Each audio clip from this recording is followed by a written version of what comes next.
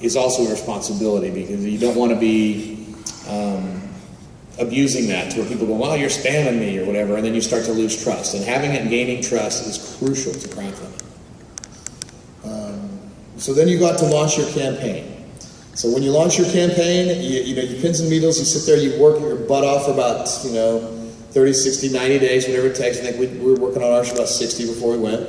And then, like Sun Tzu said, every battle plan survives until first contact. Well, happened to us. We go out, we put our crowd fund out there, put our Kickstarter up, and we're like, yeah, man, we're there. And then immediately, we had the people coming in and saying, well, this isn't Descent. This isn't what we expected. This isn't this, that, and the other. And so, in our research, we knew that Descent was a very, very popular title, and we knew that they'd sold between 25 and 30 million copies back in the 90s, and again, probably before most of you guys were around. But so it was really cool. And there's not really any good 6 Degrees of Freedom games out there. Now, does everybody here, who's, first of all, before I get too far into this, who's considering doing a Kickstarter or crowdfund at some point? Right here, Matt? Okay, yeah.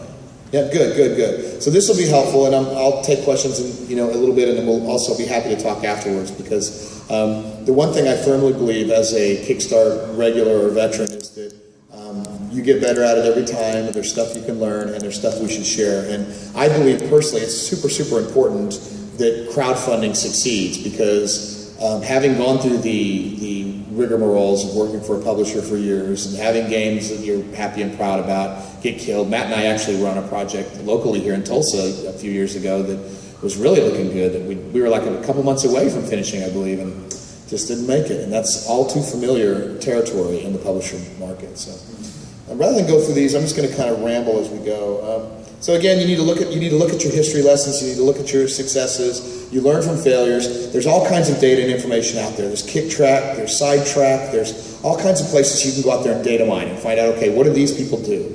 Look at their tiers. What did they sell?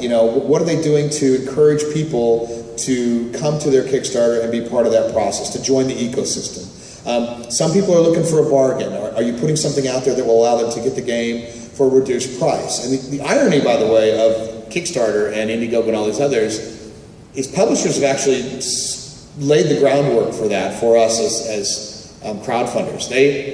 Who here has gone out to GameStop and pre-ordered a game? Right, everybody, right? You don't need to raise your hands, everybody. So that is essentially what Kickstarter is, right? Only now, you can go directly to the developers. Now the question there then becomes, it's a matter of trust. Do you trust, you trust EA, right? Yeah, right. No, me either. So, but the point is that the game's going to come, and so that's the key with a Kickstarter. There's no guarantee of that. So that is one thing you have to do. So you're basically pre-ordering the game, and then you can, for some people like us, you can watch along and be part of the process as we go. We do a buttload of live streaming. We're inviting people into design meetings on the internet. We're very community-oriented. We're actually designing the game with the community's input. That's super important to us. And the reason for that is we did a game called Starlancer years ago, and we designed a single-player co-op campaign, which basically we had about 32 missions, and we wanted everyone to be played with up to 4 players at the same time. So we took months putting new threads into each mission to where you would open up, you had 2 players playing, something different would happen, 3 players, 4 players. So we threaded the missions and just made a really, really epic campaign. And then the game came out, and nobody played the co-op portion. All they played was single player. And so if we'd have known that going in, we could have saved thousands of dollars and saved a lot of hours and time and put the game out earlier. So the reason we're now involving the community is we can go, hey, we want to do this. This is really cool. We're going to do this. And the community can go,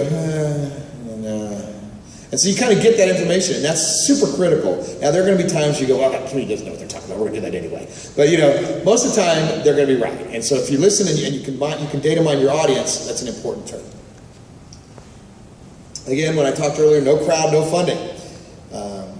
Steal an audience is an interesting one. So, again, that gets back to partnering or finding something that if you know that you have a game type and there's a certain group of people that like that type of game. Facebook's a good example. We're making a first-person shooter, but it's a first-person vehicle shooter. So we wanted to put our stuff up in the first-person shooter section where there's like over 1 million people, I think 11 million people. So you've got to go and find that. You've got to do your research. You've got to find out where those crowds are before you start. And then you've got to be ready and malleable to change direction once you have started. Partnering with crowdfunders we talked about. Backing others in advance. You can't just set up a Kickstarter campaign and go and just say go, and then somebody comes to your campaign and it looks like you've not backed anybody. Because it's very important. One of the biggest mistakes people make in Kickstarters or Indiegogos is they think, I'm going to put my product up there, people are going to find me, and it's all about, look what I've done. Kickstarter is 100% diametrically opposed to that. It's a community. It is more of a community. It's a what can we do together moment. More so than ever than look what I've done.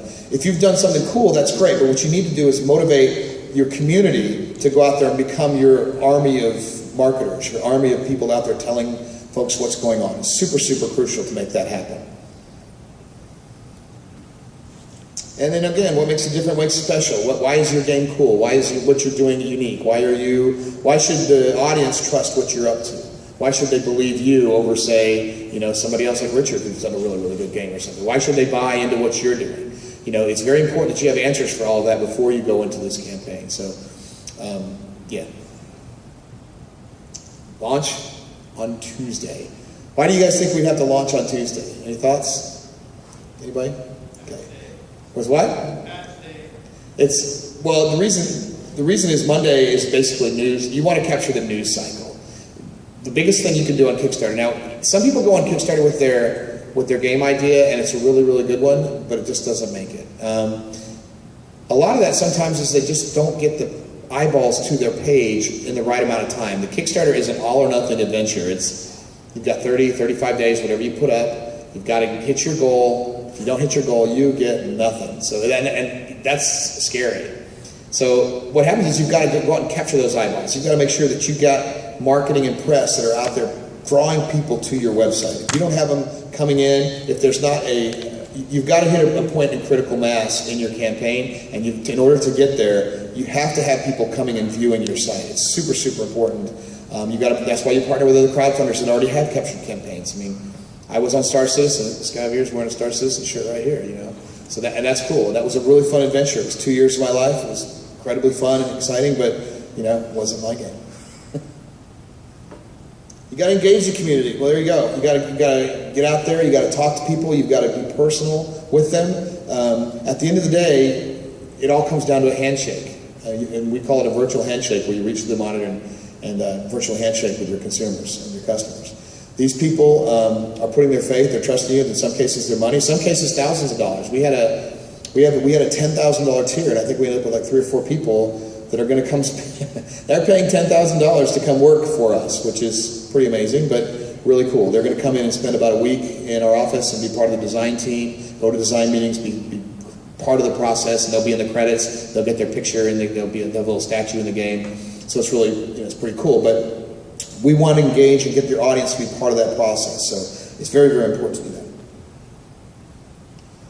All right, we'll talk about the campaign. So what happens in the campaign? Well, so you launch your project, you get it out there, people are excited, you built your crowd, you built your audience. In our case, I think we had about 2,000 people on our forums, and we had still Star Citizen, where I just came from, with 900,000 people. And you put it out there in the ecosystem, and you say, okay, go.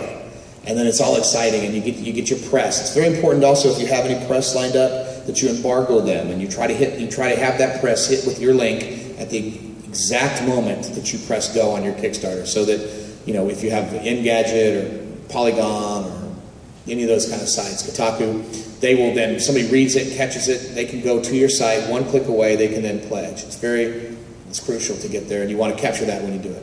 And then you've got to get ready to answer questions. And if you don't have answers, you need to quickly come up with what those answers are going to be. You've got to read your audience. In our case, we're making Descent.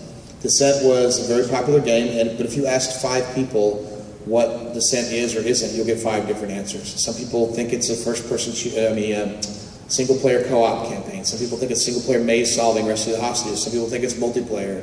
It's just different for everybody. And so you've got to make sure that you are scratching all of those itches in the project you're doing, or else, especially if you're rebooting an IP. If you're doing your own and you just have answers for why it's cool. If you're doing something that's already come out before, like we are, which is 20 years old, you need to say why it's cool today. You need to say why you're supporting what they see about it, and then you need to be able to find out why the younger generation is going to play it? Why would people today want to play that game? Because it's already out. Will they want to play it? So then you need to add things into it like achievements and leveling up and power-ups and things that, that might not have been there in the first one. So that's pretty important. And then after the campaign, you go to Tulsa, get on a plane after you've been drinking all night, and you just head up here and do a crowdfund speech. So that's what you do after the campaign. After the campaign's cool. You celebrate. If you do it like we did, we believe firmly in Twitch TV, and the marketplace has changed for developers like myself. It's where I grew up, everybody watched television, and nowadays everybody watches YouTube. They're all the YouTubers. PewDiePie, Angry Joe, all these people out there, they have a huge sway in what gets made and what doesn't, or what's cool and what's not. And so you've got a Geek Domo, you've got a Bad News Baron, all these, you've got to get out there and be part of that community. So we believe really strongly in live streaming. We stream, like I said, design meetings. We have funny bits and pieces we do. We want to engage the community. The community sends us videos. It's amazing how cool they are. They send us stuff, and so we put that up. We highlight what they're doing. You just basically are creating kind of this campfire process of making video games. Now that being said, you have to still know that you're the designer, you're the one who's come up with that idea, and you're the one who's really had the belief in it. But you need to be malleable enough to feel like, well, I can take this is a really cool idea, and this will make the game better, and it's not going to kill our budget, or it's not going to go too long. So you've got to be willing to let other people into the system and be part of that process. All right, I know that was kind of short, but I know that it's much better to do, but that's probably because I was drinking last night. But I know it's much better to ask questions about how the campaign went and just answer that and see if anybody's got what they want to do. So take some questions. Yes, Matt? How did you come up with the goal? Oh, well, that's a good point. So whenever you're setting up a Kickstarter or something like that, you've got to be able to deliver what you promise. And so budget. You sit there and say, okay, this is the scope of the game. You do what's called an MVP, which is a minimal viable product. And then you've got to say, how much is it going to take to get there? And then are you going to forever fund? Are you going to continue funding on your website? So our answer was yes, we're going to continue funding. So I think we've got another $4,000 or $5,000 since last night on our website, which we're going to use to constantly go. So you budget it out old school style, and then you basically figure out how much you can make and how much the employees can make and go from there. Yes, sir. Congratulations on. Thanks. You got lucky.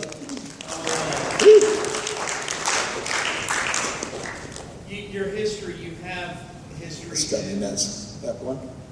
With your employment history, you've worked underneath publishers and I suppose freelance now, or however you want to say it. Oh, independent. I think it's, look, the key is, the thing that's so cool about independent development is that I don't have to deal with a publisher anymore. I don't have to deal with some guy who's an executive at a bread company coming in and telling me what's cool and what's not.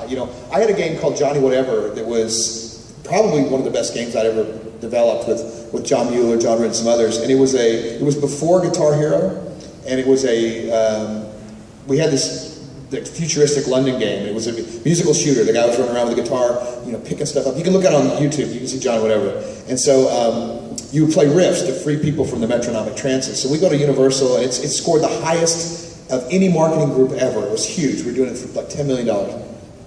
And it was going around, everybody's going, yeah. And it gets to one marketing dude, and he goes, I think he was English, so excuse my attempt at an accent. He goes, well, it's not really Call of Duty, is it? And you're like, well, no, it's a musical game, And so it got killed right then, right?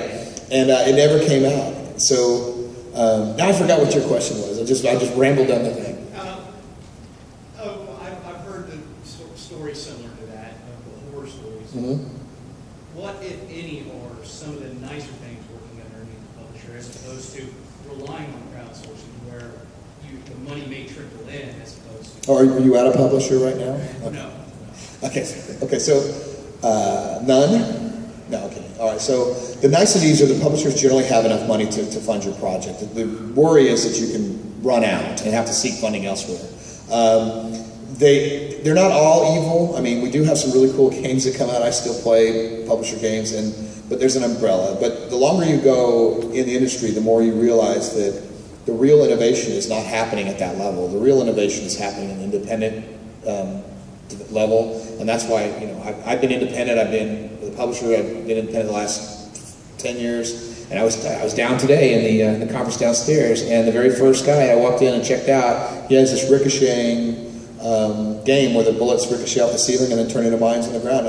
It's a brilliant concept. I hope he takes it further because I think he's got a winner there. So that's the kind of stuff that you would go to a publisher and they would not see a market for it. So there are some good things about it. I mean, you know, stability. Usually the paychecks are there, the money's there. You can afford to pay it. I mean, most of the time you go to these crowdfunding deals and you don't pay yourself. I mean, my team's been working for free for 3 or 4 months. You know, we took a risk and said, yeah, this is really cool. Let's do it. And then you hope you are earning a job essentially. If you don't make it, well, you know, then maybe you do go back to work for a publisher. And I was just kidding, Mr. Publisher, for streaming. Yes, sir. 3 or 4 questions ago, we were talking about raising money. Yep. As you can see, I've been around a little bit. What you're describing now, in the 70s, was the recording industry. Mm-hmm. The publishers were Columbia and RCA. That's right. Okay, and so it's all the same being. You're raising money from individuals. What kind of security exchange? Yeah. Oh, you mean for the? You mean what's the payoff for the people that are buying? What kind of security and exchange regulations do you fall under? Well, see, it's a gray area today since this is a fairly new crowdfunding thing. These are all pre-sales, and so right now. Well, you're okay to sell a product. Right. It doesn't matter if they don't. Right. Well, they're buying the game, so they're buying the game. They're getting the copy of the game at a reduced rate. Your idea. They're buying something. Yeah, yeah. I mean, well, we're not delivering air. I mean, we can't. Sell them a code. Huh? Sell them a code. Well, physical goods don't. You can't. Most of it's try to stick digital if you can, because physical goods, if you sell something for $10 and it costs you $5 to ship it, put it together, and the time costs, it's not really good. You're saying if they have something in their hand that they pay for. Well, I think. Give them a $2 prepaid. Well, I think most people, I think a lot of folks now are comfortable getting a digital good, and by that I mean they can go to Steam and buy a digital game. They can buy, you know, you said the industry, music industry in the 70s. Well, that's changed now too. CDs are dead. Right now they're all MP3s. You can just buy digital. So people don't need to have a physical good anymore. They're happy as long as they have some sort of content, and what they're getting here is the experience. They can plug it into the PC, they can play it, they can like it, and they don't need to have a keychain or a physical good. They can actually physically play the game. Okay, and I'm taking your Top Hat Daddy. He says, I'll put $500,000 in. Yeah. What are you giving me? Well, 10,000 is a max on Kickstarter. You can't. What you're talking about is almost like an angel funder or a private placement or something of that nature. That would probably require equity or whatever. So for $10,000 on our site, on our Kickstarter that just finished, you can see it on it's Descent Underground. It's a week. It's a week. Are you kidding? Hanging out with me for a week, man. I heard they get to hang out and drink a beer with the Wingman and design the game. So how many 10,000? And they get lots of copies of the game too. How many 10,000? I think we got about 4 of them, 4 or 5. Well, we'll accept as many as we want. I mean, why would we not accept those? Well, I would have liked to have had that problem. I did. I guess I'm safe things. I don't have to worry about that. But, yeah.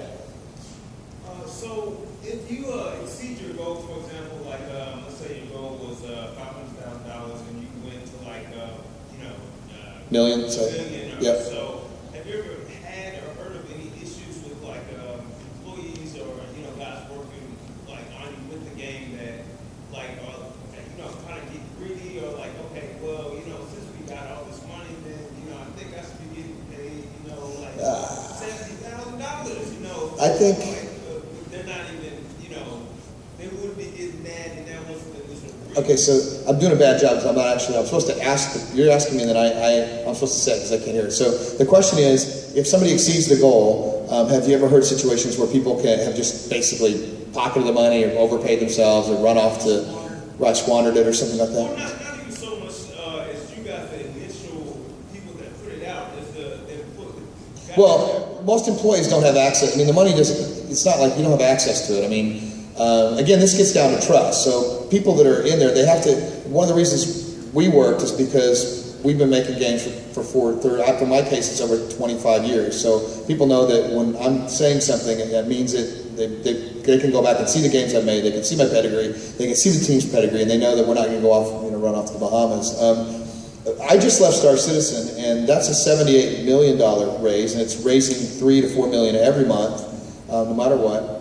And they're not, but there's no malfeasance there. They're literally putting the game out. It just costs a lot to make games. The truth is, a AAA game like that costs, hundreds of millions of dollars to make, to pay for all the art, the programming, the design, the distribution, to pay for the servers that are out there in the cloud. So those kind of games are huge. I've heard stories of some people on Kickstarter that didn't deliver and then left, but I've never been a part of any of those, and I'm pretty proud of knowing Gordon and Richard Garriott. Gordon just did Crowfall. He's really good. Gordon and Todd did Crowfall. They're a really good friend of mine. Richard Garriott did Shroud the Avatar. They're delivering.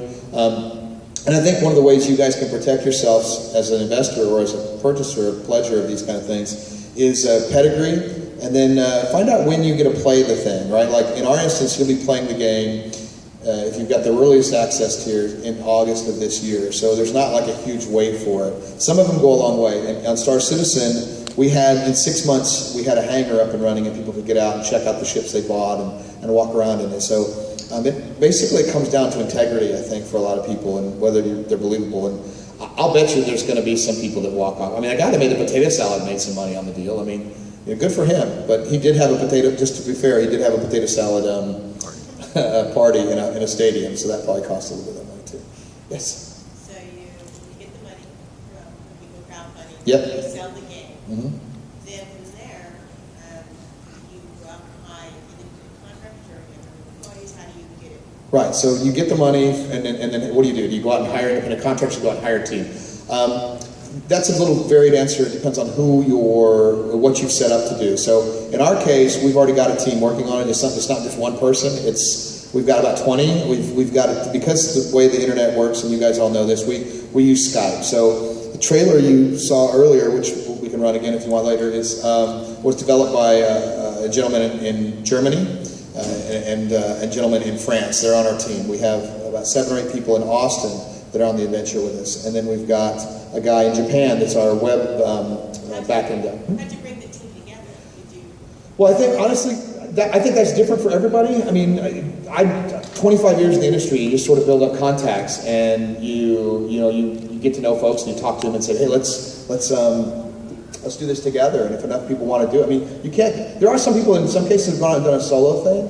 I'm pretty ambitious. I want to do a very, very high-end AAA experience. I've made some smaller ones too. I mean, Hit and Myth. You should look that up. That's pretty cool. But it's like I just like the visceral feel of somebody pushing polys on the screen. So in order to build your team, find friends that think like you. Find people that are interested in the same kind of things you're interested in. Go out and make games together. Go to the internet. Find tutorials. You can download Unity. You can download Unreal, and just start making games. And that's the best way of going about it. And then build a demo. It's very important that you have some sort of something to show on Kickstarter before you launch your product. And hopefully it looks really good for what you're trying to do. How did you determine your rewards? Okay, so rewards are interesting. Humans, we have a psychology involved. Some people are looking for a bargain. Some people are looking to be part of a community. Some people are looking for a specific type of game. So you want to build your rewards around things that all of those different types of people will want to purchase or to pledge for. So the best thing you can do is you can go through and you research all the ones that have been successful, research the ones that have not been successful, and find out, okay, where do they fail. The truth is, the honest answer is, most of your rewards, most of the backers, I think 67 or 70% of ours were in the lower tiers. Most people are not going to be in the 10,000 tier. We were talking to this gentleman about it.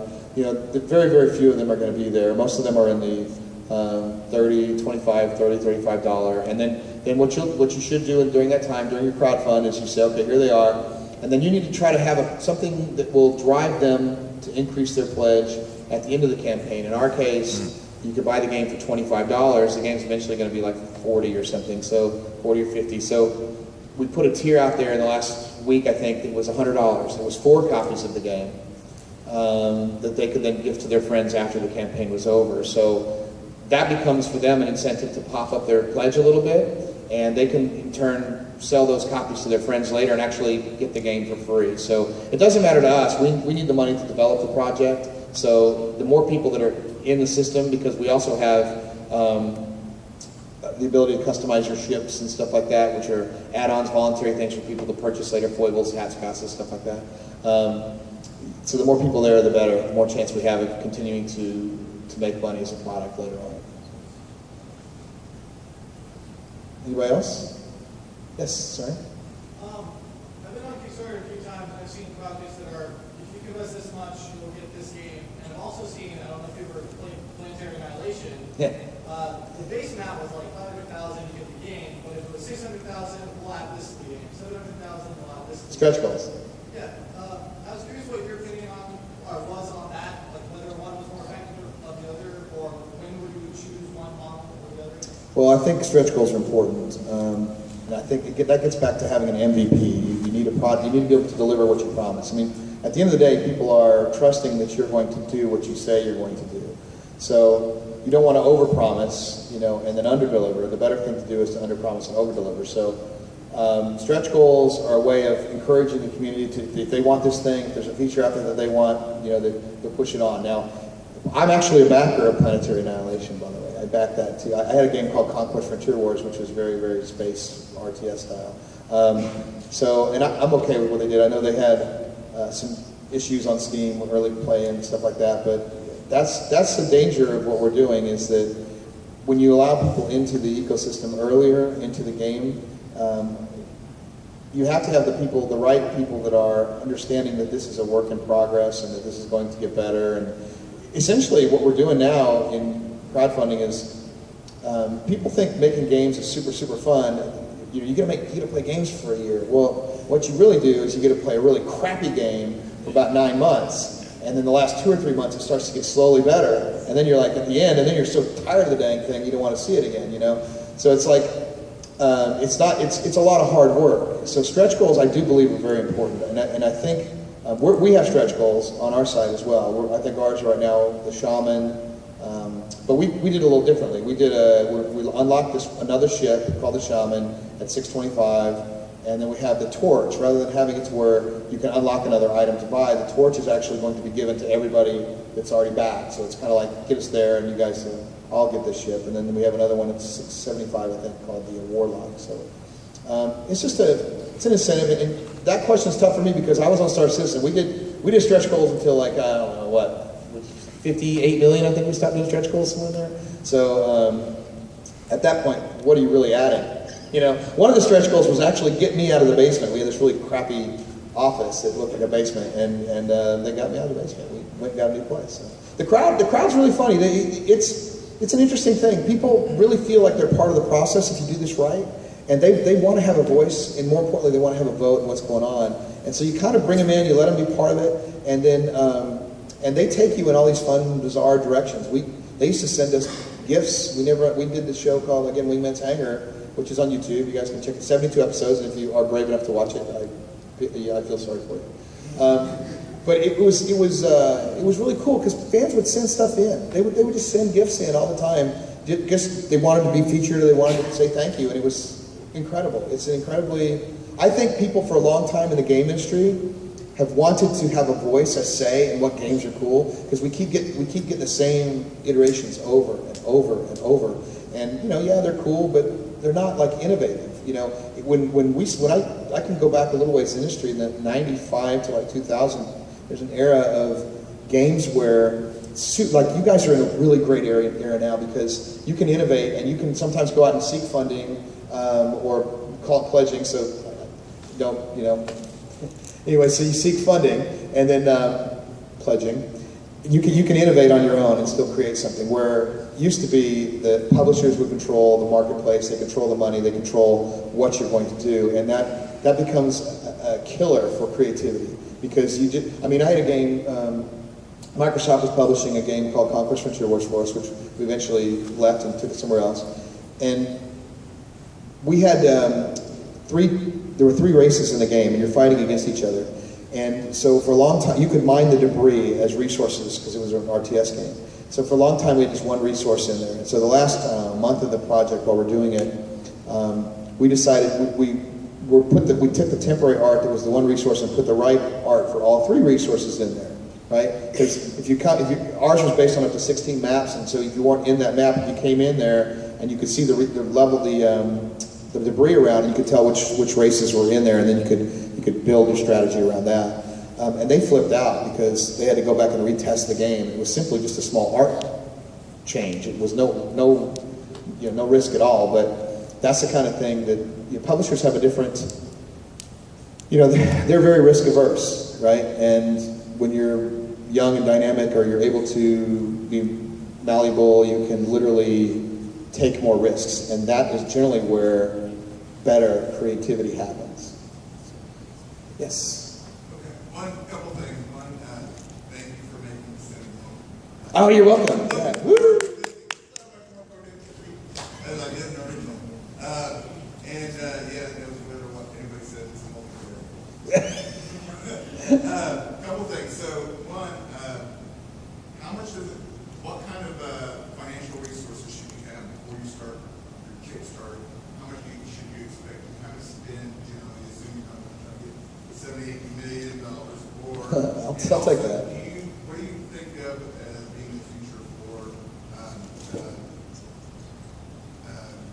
producing stuff for physical media? For physical media? Yeah, you need GameStop games. Well, we're not.